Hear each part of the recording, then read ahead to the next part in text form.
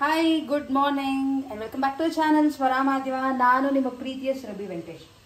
ಬೆಳಗ್ಗೆ actually ಬ್ಲಾಗ್ನ start ಮಾಡ್ತಾ ಇದ್ದೀನಿ. ತಿಂಡಿಗೆ ಅಂತ ರಾಗಿ ರೊಟ್ಟಿ ಮಾಡ್ತಾ ಇದೆ.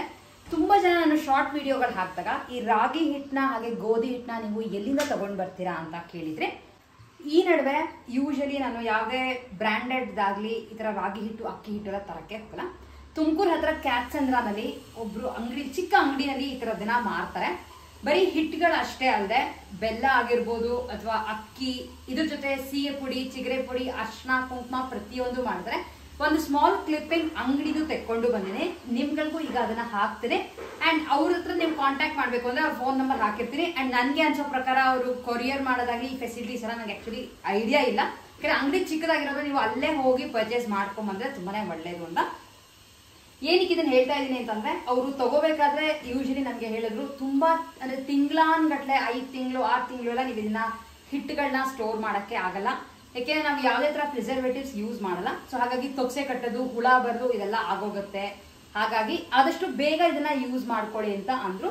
ಅಲ್ಲಿಂದ ನಾನು ಗೋಧಿ ಹಿಟ್ಟು, ರಾಗಿ ಹಿಟ್ಟು, ಅಕ್ಕಿ ಹಿಟ್ಟು ಹಾಗೆ ಸಿರಿಧಾನ್ಯದ ಹಿಟ್ಟು ಸಿಗುತ್ತೆ, ಅದನ್ನು ತಗೊಂಡ್ ಬಂದಿರ್ತೀನಿ. ರೊಟ್ಟಿ ಅಥವಾ ಚಪಾತಿ ಎಲ್ಲ ಮಾಡ್ಕೊಳಕ್ಕೆ ತುಂಬಾನೇ ಚೆನ್ನಾಗಿರುತ್ತೆ. ಸಿಂಪಲ್ ಆಗಿ ರಾಗಿ ರೊಟ್ಟಿ ಬೆಳಗ್ಗೆ ತಿಂಡಿಗೆ ರಾಗಿ ರೊಟ್ಟಿ ಜೊತೆ ಹೀರೆಕಾಯಿ ಚಟ್ನಿ ಮಾಡ್ತಾ ಇದ್ದೀನಿ. ಹೀರೆಕಾಯಿ ಚಟ್ನಿ ತುಂಬಾ ಸಿಂಪಲ್ ಆಗಿ ಹೀರೆಕಾಯಿ, ಈರುಳ್ಳಿ, ಒಂದ್ ಸ್ವಲ್ಪ ಹಸಿಮೆಣಸಿನ್ಕಾಯಿ ಹಾಗೆ ಹುಣಸೆ ಹಣ್ಣು ಹಾಕಿ ಜೀರಿಗೆ ಹಾಕಿ ಫ್ರೈ ಮಾಡ್ಕೊಂಡಿದ್ದೀನಿ ಅಷ್ಟೇ. ಇದನ್ನ ನಾರ್ಮಲ್ ಆಗಿ ಮಿಕ್ಸಿಗೆ ಹಾಕಿ ಸ್ವಲ್ಪ ಉಪ್ಪು ಹಾಕಿ ನುಣ್ಣಗೆ ರುಬ್ಕೊಳ್ಳೋದು ಅಷ್ಟೇನೆ. ನಾನು ಈ ರೊಟ್ಟಿ ಹಿಟ್ಟನ್ನ ಕಲ್ಸ್ಕೊಳಕ್ಕೆ ಆಕ್ಚುಲಿ ತುಂಬಾ ಜನ ಕೇಳಿದ್ರಿ ಬಿಸಿನೀರು ಹಾಕಿ ಕಲ್ಸ್ಕೊತೀರಾ ಅಂತ. ಸ್ವಲ್ಪ ಸಾಫ್ಟ್ ಆಗ್ಬೇಕು ಅಂದ್ರೆ ಸಾಕಷ್ಟು ಜನ ಬಿಸಿನೀರು ಹಾಕಿ ಕಲ್ಸ್ಕೊತಾರೆ. ಬಟ್ ನಾನು ನಾರ್ಮಲ್ ಆಗಿ ತಣ್ಣೀರು ಇರ್ತಲ್ಲ, ತಣ್ಣೀರಲ್ಲೇ ಈ ಹಿಟ್ಟನ್ನ ಕಲಿಸ್ತೀನಿ.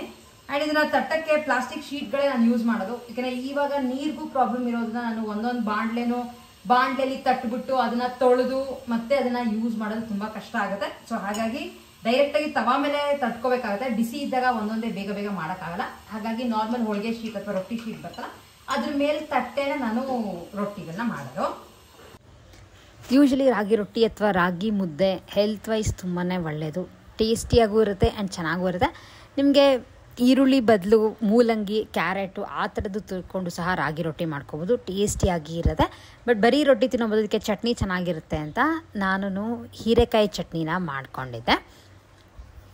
ಆ್ಯಂಡ್ ಯೂಶಲಿ ನಾನು ತುಮಕೂರಿಗೆ ಹೋದಾಗ ಎಷ್ಟೆಷ್ಟು ಸಾಮಾನುಗಳು ಅಥವಾ ತರಕಾರಿಗಳು ತೊಗೊಂಡು ಬರ್ಬೋದೋ ಆದಷ್ಟು ತೊಗೊಂಡು ಬಂದುಬಿಡ್ತೀನಿ. ಅದ್ರ ಜೊತೆ ಕಡಲೆಕಾಯಿ ಬೀಜ ಆಗಿರ್ಬೋದು, ಹಾಗೆ ಕ್ಯಾತ್ಸನಲ್ಲಿ ಸಿಗೋವಂಥ ಅಂಗಡಿ ಎಲ್ಲೆಲ್ಲಿ ಏನೇನು ಬೇಕೋ ಅಷ್ಟನ್ನು ಪರ್ಚೇಸ್ ಮಾಡಿಕೊಂಡು ತೊಗೊಂಡು ಬರ್ತೀನಿ. ಯೂಶಲಿ ತಿಂಗಳಿಗೆ ಒಂದ್ಸಲ ತುಮಕೂರಿಗೆ ಹೋಗೇ ಇರ್ತೀವಿ.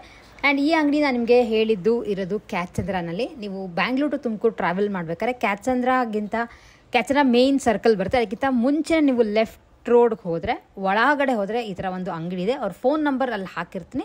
ನೀವು ಅವ್ರಿಗೆ ಎಕ್ಸಾಕ್ಟಾಗಿ ಕಾಲ್ ಮಾಡಿದ್ರೆ ಅವ್ರು ನಿಮಗೆ ಲೊಕೇಶನ್ ಹೇಳ್ತಾರೆ ಯಾವ ಥರ ಬರಬೇಕು ಅಂತ. ನಿಮ್ಗಳಿಗೂ ತೋರಿಸ್ತಾ ಇದ್ದೀನಿ ಏನೇನೋ ಸಿಗುತ್ತೆ ಅಂತ. ಆ್ಯಂಡ್ ಆ್ಯಕ್ಚುಲಿ ಎಲ್ಲ ಫ್ರೆಶ್ ಆಗಿರುತ್ತೆ. ಹಾಗೆ ಸಾಕಷ್ಟು ಜನ ಬಂದು ತೊಗೊಂಡು ಹೋಗ್ತಾರೆ. ಸೊ ಹಾಗಾಗಿ ನಿಮಗೆ ಹಳೆ ಸ್ಟಾಕ್ ಆಗಲಿ ಆ ಥರದ್ದೆಲ್ಲ ಏನೂ ಇರಲ್ಲ.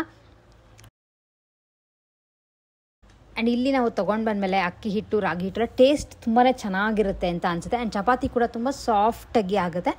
ತುಂಬ ಜನ ಕೇಳಿದ್ರಿ, ಡೀಟೇಲಾಗಿ ಅಂಗಡಿನ ತೋರಿಸಿದ್ದೀನಿ. ಆ್ಯಂಡ್ ಇವ್ರ ಅಡ್ರೆಸ್ನ ನಾನು ಡಿಸ್ಕ್ರಿಪ್ಷನ್ ಬಾಕ್ಸ್ನಲ್ಲಿ ಹಾಕಿರ್ತೀನಿ. ನೀವುಗಳು ಬೈ ಚಾನ್ಸ್ ಆ ಕಡೆ ಹೋದರೆ ಪರ್ಚೇಸ್ ಮಾಡಿ ತೊಗೊಂಡು ಬರ್ಬೋದು. ಇಲ್ಲ ನಿಮಗೆ ಅವ್ರಿಗೆ ಕಾಲ್ ಮಾಡಿ ಕೇಳಿದ್ರೆ ಅವರು ಕೊರಿಯರ್ ಮಾಡ್ತಾರೆ ಅಂದರೆ ನೀವು ಆ ಫೆಸಿಲಿಟಿ ಕೂಡ ಆರಾಮಾಗಿ ಯೂಸ್ ಮಾಡ್ಕೋಬೋದು. ಅಷ್ಟಲ್ಲದೆ ಕೊಬ್ಬರಿ ಎಣ್ಣೆ, ಹರಳೆ ಎಣ್ಣೆ ಆ ಥರ ಎಣ್ಣೆಗಳು ಸಹ ಮಾರ್ತಾರೆ. ಸೊ ಓವರಾಲ್ ಈ ಅಂಗಡಿಗೆ ಹೋಗಿ ತೊಗೊಂಡು ಬರೋದು ವರ್ತ್ ಅಂತಲೇ ಅನಿಸುತ್ತೆ. ಆ್ಯಂಡ್ ಪ್ರೈಸ್ ವೈಸ್ ಕೂಡ ತುಂಬ ಏನು ಹೆವಿ ರೇಟ್ ಅಂತ ಏನೂ ಅನ್ನಿಸ್ಲಿಲ್ಲ ನನಗೆ. ಹಾಗೆ ನಮ್ಮ ತೋಟದಲ್ಲಿ ಸಾಕಷ್ಟು ಗಿಣಿಮೂತಿ ಮಾವಿನಕಾಯಿ ಬಿಟ್ಟಿದೆ. ಇದರೊಳಗೆ ಚಟ್ನಿ, ಉಪ್ಪಿನಕಾಯಿ ಎಲ್ಲ ಮಾಡಿ ಇಟ್ಕೊಂಡಿದ್ದೀನಿ.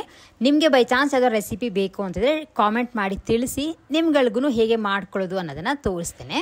ಒಂದು ದಿನದ ಮಟ್ಟಿಗೆ ಅಷ್ಟೇ ತುಮಕೂರಿಗೆ ಹೋಗಿದ್ದು. ಸ್ವಲ್ಪ ಕೆಲಸ ಆಯಿತು ಅಂತ ಅರ್ಜೆಂಟಾಗೆ ಹೋಗಿ ಬಂದ್ವಿ. ಬೆಳಗ್ಗೆ ಹೋಗಿ ರಾತ್ರಿ ವಾಪಸ್. ಬಟ್ ತುಮಕೂರಲ್ಲಿ ಸಾಕಷ್ಟು ಹೋದಾಗ ಏನೇನು ಕೆಲಸ ಬೇಕೋ ಎಲ್ಲನೂ ಮುಗಿಸ್ಕೊಂಡು ಬಂದುಬಿಟ್ಟಿದ್ದೀನಿ. ಆ್ಯಂಡ್ ನಿಮ್ಗಳಿಗೂ ತೋರಿಸಿದ್ದೀನಿ ಗೋಧಿ ಹಿಟ್ಟೆಲ್ಲ ನಾವು ಎಲ್ಲಿ ತೊಗೊಂಡು ಬರ್ತೀವಿ ಅಂತ. ಆ್ಯಂಡ್ ಅವ್ರ ಹತ್ರ ತುಂಬಾ ಚೆನ್ನಾಗಿರುತ್ತೆ. ಬೇರೆ ಏನು ಮಿಕ್ಸ್ ಮಾಡೋದಾಗಲಿ ಈ ಥರದ್ದೆಲ್ಲ ಮಾಡಲ್ಲ. ಹಾಗೆ ಪ್ರಿಸರ್ವೇಟಿವ್ಸ್ ಎಲ್ಲ ಏನೂ ಹಾಕಲ್ಲ. ಸೊ ಹಾಗಾಗಿ ನೀವು ಗೋಧಿ ಹಿಟ್ಟು ಯಾವುದೇ ತೊಗೊಂಡು ಬಂದರೂ ಮ್ಯಾಕ್ಸಿಮಮ್ ಅಂದರೆ 2 ತಿಂಗಳು 2.5 ತಿಂಗಳಲ್ಲಿ ಅದನ್ನು ಖಾಲಿ ಮಾಡ್ಕೊಳ್ಬೇಕಾಗುತ್ತೆ. ಇಲ್ಲದ್ರೆ ವಾಸನೆ ಬರೋದು, ಹುಳ ಬರೋದು ಇದೆಲ್ಲ ಆಗುತ್ತೆ. ಆ್ಯಂಡ್ ನಮ್ಮ ತೋಟದಲ್ಲಿ ತೋರಿಸ್ದೆ ನಿಮಗೆ ಸಾಕಷ್ಟು ಮಾವಿನಕಾಯಿ ಬಿಟ್ಟಿತ್ತು. ಆ್ಯಂಡ್ ಚೆನ್ನಾಗಿದೆ. ಸೊ ಹಾಗಾಗಿ ಉಪ್ಪಿನಕಾಯಿ, ಚಟ್ನಿ ಇದೆಲ್ಲ ಮಾಡ್ಕೊಳ್ಳೋಣ ಅಂತ ಸಾಕಷ್ಟು ತಗೊಂಡು ಬಂದಿದ್ದೇನೆ. ಗಿಣಿಮೂತಿ ಮಾವಿನಕಾಯಿ ಲೈಕ್ ಚೆನ್ನಾಗಿದೆ, ಫ್ರೆಶ್ ಆಗೂ ಇದೆ. ಅಥವಾ ಇದನ್ನ ಕಟ್ ಮಾಡಿಕೊಂಡು ಉಪ್ಪು ಖಾರ ಎಲ್ಲ ಹಾಕೊಂಡು ತಿಂತೀವಿ ಅಂದರೂ ಚೆನ್ನಾಗಿದೆ. ಆ್ಯಂಡ್ ಸೈಜ್ ಎಲ್ಲ ಚೆನ್ನಾಗಿರೋದೇ ಬಿಟ್ಟಿದೆ, ತುಂಬ ಏನು ಚಿಕ್ಕದಿಲ್ಲ. ಇದೆಲ್ಲ ಬರೀ ಏನಿದ್ರು ಆರ್ಗ್ಯಾನಿಕಲಿ ಬೆಳೆದಿರೋದು, ಸೊ ಬೇರೆ ಏನೂ ಇಲ್ಲ. ಹಾಗೆ ತುಮಕೂರು ಹೋಗಿದ್ದೆ ಅಂತ ಮಾರ್ಕೆಟ್ಗೂ ಹೋಗಿದ್ದೆ. ರೇಟ್ಗಳು ಸ್ವಲ್ಪ ಕಮ್ಮಿ ಇರುತ್ತೆ ಅಲ್ಲಿ ಅಂತ ತೊಗೊಂಡು ಬರ್ತೀನಿ. ಈ ಹುರುಳಿಕಾಯಿ 50 ರೂಪಾಯಿ ಕೊಟ್ಟೆ. ಸೊ ಬೀಟ್ರೂಟು, ಕ್ಯಾರೆಟು, ಹಾಗೆ ಗಡ್ಡೆಕೋಸು, ಆ್ಯಂಡ್ ಇಲ್ಲಿ ಸ್ವಲ್ಪ ಬ್ಯಾಗ್ನಲ್ಲಿ ಹಾಗೆ ಇಟ್ಟಿದ್ದೀನಿ. ಸೌತೆಕಾಯಿ, ಗೋರಿಕಾಯಿ ಎಲ್ಲ, ಹಾಗೆ ಹೀರೆಕಾಯಿ.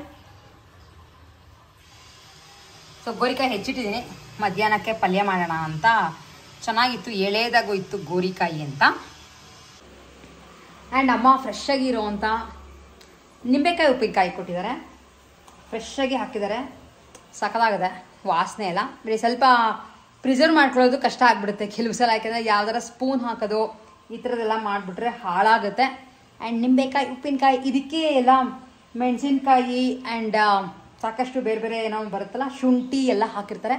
ಟೇಸ್ಟಿಯಾಗಿರುತ್ತೆ ಉಪ್ಪಿನಕಾಯಿ. ಸೊ ಹಾಗಾಗಿ ಒಂದು ಸ್ವಲ್ಪ ಇತ್ತು ಅಂತ ಇಸ್ಕೊಂಡು ಬಂದೆ. ಉಪ್ಪಿಟ್ಟಿಗೆ ಅಥವಾ ಅನ್ನಕ್ಕೆ ಎಲ್ಲ ಕಲ್ಸ್ಕೊಂಡು ತಿನ್ನೋಕ್ಕೆ ಚೆನ್ನಾಗಿರುತ್ತೆ ಅಂತ. ನಿಮ್ಗಳಿಗೂ ಅಂಗಡಿನ ತೋರಿಸಿದೆ ಕ್ಯಾತ್ಸಂದ್ರಲ್ಲಿ. ಬೇಕಿದ್ರೆ ನೀವುಗಳು ಹೋಗಿ ಪರ್ಚೇಸ್ ಮಾಡ್ಕೊಂಡು ಬರ್ಬೋದು. ಅಲ್ಲಿಂದ ಯೂಶಲಿ ನಾನು ಅಕ್ಕಿ ಹಿಟ್ಟು, ಗೋಧಿ ಹಿಟ್ಟು, ಹಾಗೆ ರಾಗಿ ಹಿಟ್ಟು, ಸಿರಿಧಾನ್ಯದ ಹಿಟ್ಟು ಇಷ್ಟೊಂದು ತೊಗೊಂಡು ಬಂದಿರ್ತೀನಿ. ಹಾಗೆ ಸುಮಾರು ತಿಂಗಳಿಗೆ ಒಂದ್ಸಲ ಮೆಹಂದಿ ಆಗಿರ್ಬೋದು ಅಥವಾ ಚಿಗ್ರೆ ಪುಡಿ ಆ ಥರದ್ದು ಸಹ ಸಿಗುತ್ತೆ. ಅರ್ಶಿನೂ ತುಂಬಾನೇ ಚೆನ್ನಾಗಿರುತ್ತೆ. ಆ್ಯಂಡ್ ಅಷ್ಟೇ ಈ ಸಲ ತೊಗೊಂಡು ಬಂದಿದ್ದು ಹರಳೆ ಎಣ್ಣೆನ ತೊಗೊಂಡು ಬಂದೆ. ಈ ಥರ ಆ್ಯಕ್ಚುಲಿ ಬಾಟ್ಲ್ಗಳಲ್ಲಿ ಹಾಕಿ ಇಟ್ಟಿರ್ತಾರೆ. ಹರಳು ಬೀಜನೂ ಸಿಗುತ್ತೆ, ನೀವೇನಾದ್ರೂ ಮನೆಯಲ್ಲಿ ಎಕ್ಸ್ಟ್ರಾಕ್ಟ್ ಮಾಡ್ಕೋತೀರಾ ಅಂದ್ರೆ ಅದನ್ನು ಮಾಡ್ಕೋಬಹುದು. ಬಟ್ ಅದು ಸ್ವಲ್ಪ ಪ್ರಾಸೆಸ್ ಜಾಸ್ತಿ. ಸೊ ಹಾಗಾಗಿ ಹರಳೆ ಎಣ್ಣೆ ತಗೊಂಡ್ ಬಂದೆ. ಸ್ವಲ್ಪ ತಂಪಾಗಿರುತ್ತೆ ಆ್ಯಂಡ್ ಕೂದಲಿಗೆಲ್ಲ ಹಚ್ಕೊಂಡು ಸಿಗೆ ಪುಡಿ ಹಚ್ಕೊಂಡು ಸ್ನಾನ ಮಾಡಿದ್ರೆ ತುಂಬಾನೇ ಒಳ್ಳೇದು ಅಂತಾನು ತಗೊಂಡು ಬಂದೆ. ಆ್ಯಂಡ್ ಇದಕ್ಕೆ ಎಕ್ಸಾಕ್ಟ್ ಆಗಿ ಎಷ್ಟು ರೇಟ್ ಕೊಟ್ಟೆ ಅನ್ನೋದು ನನಗೆ ಗೊತ್ತಿಲ್ಲ, ಯಾಕಂದ್ರೆ ಒಟ್ಟಿಗೆ ಬಿಲ್ ಹಾಕಿಸ್ಬಿಟ್ಟೆ. ಸೊ ನೀವುಗಳು ಈ ತರ ಹರಳೆ ಎಣ್ಣೆ ಫ್ರೆಶ್ ಆಗಿರೋದು ಅಂದ್ರೆ ಪ್ಯೂರ್ ಆಗಿರೋದು ಬೇಕು ಅಂದ್ರೆ ಅವ್ರ ಹತ್ರ ಹೋಗಿ ತಗೊಂಡು ಬರ್ಬೋದು. ಅಂಗಡಿ ತುಂಬಾನೇ ಚಿಕ್ಕದು. ಎಲ್ಲಿ ಬರುತ್ತೆ ಅನ್ನೋದನ್ನ ಅಡ್ರೆಸ್ ನ ಹಾಕಿರ್ತೀನಿ ಡಿಸ್ಕ್ರಿಪ್ಷನ್ ಬಾಕ್ಸ್ ಅಲ್ಲಿ. ಕ್ಯಾತ್ಸಂದ್ರನಲ್ಲಿ ತುಂಬಾನೇ ಚಿಕ್ಕದ ಒಂದು, ಸೊ ಹಾಗಾಗಿ ನೀವು ಈಸಿಯಾಗಿ ಅದನ್ನ ಕಂಡು ಹಿಡ್ಕೋಬಹುದು. ಸೊ ಇಷ್ಟು ಜೊತೆ ಸಾಕಷ್ಟು ಪ್ರಾಬ್ಲಮ್ ಆಗ್ತಾ ಇದ್ದು, ಫ್ರಿಡ್ಜ್ಗಳಲ್ಲಿ ತರಕಾರಿನ ಸ್ಟೋರ್ ಮಾಡ್ಬೇಕಾದ್ರೆ ಪ್ಲಾಸ್ಟಿಕ್ ಕವರ್ ನಲ್ಲಿ ಇಡ್ತೀವಿ. ಪ್ಲಾಸ್ಟಿಕ್ ಕವರ್ ನಲ್ಲಿ ಇರೋದು ಅಷ್ಟೊಂದು ಸೇಫ್ ಅಂತಾನೂ ಅಲ್ಲ ಅಂತ ಅನ್ಸ್ತಿತ್ತು. ಅದಾದ್ಮೇಲೆ ನಿಮಗೆ ತೋರಿಸಿದೆ ಅಮೆಝಾನ್ ಅಲ್ಲಿ ಒಂದು ನೆಟ್ ತರದ್ದು ತರಿಸಿದೆ ಒಂದ್ ಸೆಟ್. ಬಟ್ ಅದೇನ್ ಪ್ರಾಬ್ಲಮ್ ಆಯ್ತು ಅಂದ್ರೆ ಭಾರ ತಡಿತಿರ್ಲಿಲ್ಲ, ಹಾಗೆ ಜಿಪ್ ಕಟ್ ಆಗೋದು. ಸೊ ಹಾಗಾಗಿ ಅದನ್ನು ಅಷ್ಟೊಂದೇನು ಬಾಳಿಕೆ ಅನ್ನೋಂಗ್ ಬರ್ಲಿಲ್ಲ. ಹಾಗಾಗಿ ರೀಸೆಂಟ್ ಆಗಿ ನಾನು ಅಮೆಝಾನ್ ಅಲ್ಲಿ ಬ್ರೌಸ್ ಮಾಡ್ಬೇಕಾದ್ರೆ ಈ ತರ ಬ್ಯಾಗ್ಸ್ ಗಳು ಕಾಣಿಸ್ತು. ಕಾಟನ್ ಬ್ಯಾಗ್ ಇದು, ಅಂದ್ರೆ ಕಾಟನ್ ಬಟ್ಟೆನಲ್ಲಿ ಮಾಡಿರೋಂತ ಬ್ಯಾಗ್. ಇಷ್ಟಕ್ಕೆ 300 ರೂಪಾಯಿ ಏನೋ ಕೊಟ್ಟೆ. 12 ಬ್ಯಾಗ್ ಸೆಟ್ ಬಂದಿದೆ. ಬಟ್ಟೆ ಆಕ್ಚುಲಿ ಚೆನ್ನಾಗಿದೆ, ವಾಷಬಲ್. ಅಕಸ್ಮಾತ್ ಕೊಳೆ ಗಿಳೆ ಆಯ್ತು ಅಂದ್ರೆ ಆರಾಮಾಗಿ ಮೆಷಿನ್ ಅಲ್ಲಿ ಹಾಕಿ ವಾಶ್ ಕೂಡ ಮಾಡಬಹುದು, ಅಥವಾ ಕೈಯಲ್ಲೇನು ವಾಶ್ ಮಾಡಬಹುದು. 3 ಸೈಜ್ ಅಲ್ಲಿ ಕಳಿಸಿದ್ದಾರೆ. ಒಂದು ಈ ತರ 1/4 kgದು, ಒಂದು ಈ ತರದ್ದು 4 ಬಂದಿದೆ. 1/4 kg ಅಲ್ಲ, ಸಾರಿ, ಅರ್ಧ kgದು ಈ ತರದ್ದು 4 ಬಂದಿದೆ. ಹಾಗೆ ಈ ತರ 1 kgದು 4 ಬಂದಿದೆ, ಸ್ವಲ್ಪ ದೊಡ್ಡ ಬ್ಯಾಗ್. ಹಾಗೆ ಜೊತೆ 2 kg ಅಷ್ಟು, 2.5 kg ಅಷ್ಟು ಹಿಡಿಸುತ್ತೆ. ಅಗ್ಲಕ್ಕೆ ತೋರಿಸ್ತಾ ಇದ್ದೇನೆ. ಈ ತರದ್ದು 4 ಬಂದಿದೆ ಬ್ಯಾಗ್. ಸೊ ಒಟ್ಟು ಟೋಟಲ್ 12 ಬ್ಯಾಗ್ಗಳಿಗೆ 280 ರುಪೀಸ್, ಅರೌಂಡ್ 300 ರುಪೀಸ್ ಆಯ್ತು. ಚೆನ್ನಾಗಿದೆ ಅಂತ ಅನ್ಸುತ್ತೆ ಬ್ಯಾಗ್, ಯಾಕೆಂದ್ರೆ ಕ್ವಾಲಿಟಿನೂ ಚೆನ್ನಾಗಿದೆ.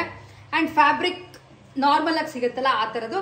ಹಾಗೆ ಇದಕ್ಕೆ ಯಾವುದೇ ಜಿಪ್ ಎಲ್ಲ ಇಲ್ಲ, ಈ ತರ ಮಾಡಿ ಇಡೋದು. ಜಿಪ್ ಹಾಳಾಗೋಗ್ಬಿಡುತ್ತೆ, ಆ ತರ ಅಸಹ್ಯವಾಗುತ್ತೆ ಅನ್ನೋ ಪ್ರಾಬ್ಲಮ್ ಏನೂ ಇಲ್ಲ ಅಂತ ತರ್ಸಿದೀನಿ. ಅಂಡ್ ಒಂದ್ 4 ಆಗ್ಲೇ ತರಕಾರಿಗಳು ಹಾಕಿ ಫ್ರಿಜ್ ಅಲ್ಲಿ ಇಟ್ಟಿದ್ದೀನಿ. ಸದ್ಯಕ್ಕಂತೂ ಏನೂ ಹಾಳಾಗಿಲ್ಲ. ಆಲ್ಮೋಸ್ಟ್ ಒಂದ್ 3 ಡೇಸ್ ಆಯ್ತು ಬಂದು. ಸೊ ನಿಮ್ಗಳಿಗೂ ಇದನ್ನ ಶೇರ್ ಮಾಡೋಣ ಅಂತ ಅನ್ಕೊಂಡೆ ನಿಮ್ಗಳ ಜೊತೆ. ಬೈ ಚಾನ್ಸ್ ಬೇಕಿದ್ರೆ ಇದರದ್ದು ಲಿಂಕ್ ನ ಡಿಸ್ಕ್ರಿಪ್ಷನ್ ಬಾಕ್ಸ್ ಅಲ್ಲಿ ಹಾಕಿರ್ತೀನಿ. ನಿಮ್ಮ ಫ್ರಿಡ್ಜ್ಗಳಿಗೆ ಇಡಕ್ಕೆ ಅನುಕೂಲ ಆಗುತ್ತೆ ಅಂದ್ರೆ ಆರಾಮಾಗಿ ತರಿಸ್ಕೋಬಹುದು, ಅಂತ ಏನು ಕಾಸ್ಟ್ಲಿ ಅನ್ನಿಸ್ಲಿಲ್ಲ.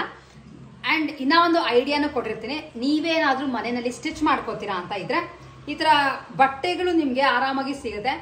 1 ಮೀಟರ್, 2 ಮೀಟರ್, 3 ಮೀಟರ್ ಈ ತರದ್ರಲ್ಲಿ ಸಿಗುತ್ತೆ. ಅಂಡ್ ರೇಟ್ ವೈಸ್ ತುಂಬಾನೇ ಕಮ್ಮಿ. ನೀವು ಆರಾಮಾಗಿ ಈ ತರ ಬ್ಯಾಗ್ಗಳನ್ನ ಸ್ಟಿಚ್ ಮಾಡ್ಕೋಬಹುದು. ಸೊ ಯಾರಾದ್ರೂ ಸ್ಟಿಚ್ ಮಾಡ್ತೀರಾ ಮನೆಯಲ್ಲಿ ಅಂದ್ರೆ ಆರಾಮಾಗಿ ಮಾಡ್ಕೊಳ್ಳಿ. ಅಂಡ್ ನನ್ಗಂತೂ ಸ್ಟಿಚಿಂಗ್ ಸೈಡ್ ಝೀರೋನು ಅಲ್ಲ, ನೆಗೆಟಿವ್. ಸೊ ನಂಗೆ ಸ್ಟಿಚಿಂಗ್ ಎಲ್ಲ ಬರಲ್ಲ, ಹಾಗಾಗಿ ನಾನು ಇದನ್ನ ಆರ್ಡರ್ ಮಾಡಿ ತರಿಸ್ಕೊಂಡಿದ್ದೀನಿ. ಸೊ ಇಷ್ಟು ಇವತ್ತಿನ ವಿಡಿಯೋ ಆಗಿತ್ತು. ನೆಕ್ಸ್ಟ್ ವಿಡಿಯೋನಲ್ಲಿ ಆಕ್ಚುಲಿ ಸಾಕಷ್ಟು ಗಿಡಗಳು ಚಿಗುರ್ಕೊಂಡಿದೆ ಸೊಪ್ಪಿಂದು. ನೆಕ್ಸ್ಟ್ ವಿಡಿಯೋನಲ್ಲಿ ತೋರಿಸ್ತೇನೆ. ಅಂಡ್ ಇಷ್ಟು ಇವತ್ತಿನ ವಿಡಿಯೋ ಆಗಿತ್ತು. ಹೋಪ್ ನಿಮ್ಗಳಿಗೆ ಇವತ್ತಿನ ವಿಡಿಯೋ ಇಷ್ಟ ಆಗಿದೆ ಅಂತ ಅನ್ಕೋತೀನಿ. ವಿಡಿಯೋ ಇಷ್ಟ ಆಗಿದ್ರೆ ವಿಡಿಯೋನ ಲೈಕ್ ಮಾಡಿ, ಹಾಗೆ ನಿಮ್ಮ ಫ್ರೆಂಡ್ಸ್ ಅಂಡ್ ಫ್ಯಾಮಿಲಿ ಜೊತೆ ಶೇರ್ ಮಾಡಿ. ಇನ್ನೂ ಯಾರ್ಯಾರು ನಮ್ಮ ಚಾನಲ್ ಸ್ವರಾಮಾಧ್ಯಮನ ಸಬ್ಸ್ಕ್ರೈಬ್ ಮಾಡಿದಾಗ ನೋಡ್ತಿದ್ರು ಫಸ್ಟ್ ಹೋಗಿ ಸಬ್ಸ್ಕ್ರೈಬ್ ಮಾಡಿ. ಪಕ್ಕದಲ್ಲಿ ಒಂದು ಬೆಲ್ ಐಕಾನ್ ಪ್ರೆಸ್ ಮಾಡಿದ್ರೆ ಯಾವುದೇ ವಿಡಿಯೋಗಳು ಹಾಕಿದ್ರು ನಿಮ್ಗಳಿಗೆ ನೋಟಿಫಿಕೇಶನ್ಸ್ ಬರುತ್ತೆ ಅಂಡ್ ನೀವು ವಿಡಿಯೋಗಳನ್ನ ನೋಡ್ಬೋದು ಅಂತ ಹೇಳ್ತಾ ಇವತ್ತಿನ ವಿಡಿಯೋನ ಎಂಡ್ ಮಾಡ್ತಾ ಇದ್ದೀನಿ. ನೆಕ್ಸ್ಟ್ ವಿಡಿಯೋಲಿ ಮತ್ತೆ ನಿಮ್ಮೆಲ್ಲರನ್ನೂ ಮೀಟ್ ಮಾಡ್ತೀನಿ. ಅಲ್ಲಿವರೆಗೂ take care and bye bye.